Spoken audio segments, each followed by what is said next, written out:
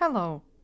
A constant function is a linear function that has the form f of x equals c, where c is a constant. The graph of such a function is a horizontal line that crosses the y-axis at c.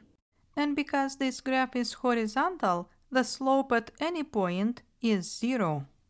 Now, the derivative of a function is a new function that represents the equation of the slope of the tangent line anywhere on the graph of the f function wherever the f function is differentiable. And because a constant function has the slope 0 anywhere on the graph, we can write that f prime of x equals 0.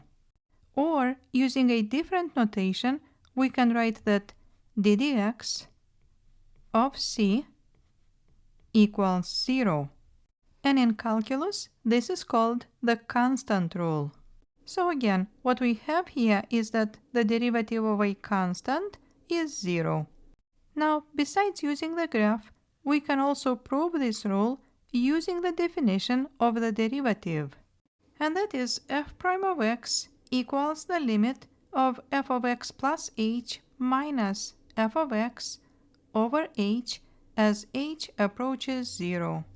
So let's say that on the graph, for a certain value of x, the value of the function is c. So here on the graph, we have a point with the coordinates x and c. Then at a certain distance h, there is another value, x plus h, where the value of the function is also c. So this point has the coordinates x plus h and c. So as you see, for any value of x, the value of the function is always c. And now, using the definition of the derivative, we will write that f prime of x equals the limit, then we will start a fraction, and in the numerator we need the value of the function at x plus h and the value of the function at x. From the graph we see that for both these values, the value of the function is c. So then, in the numerator we will write c minus c. Then all this will be divided by h, and h approaches 0.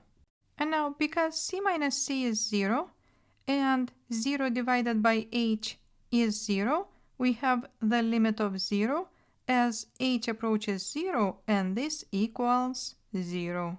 So here we used the definition of the derivative of a function to show that the derivative of a constant function is 0. Now let's see a few examples. Let's say that f of x equals -7. -7 is a constant. Then we can write that f prime of x equals 0. Now let's say that f of x equals 2 pi. Both 2 and pi are constants. Then f prime of x equals 0. I hope you found this video useful, and thank you for watching.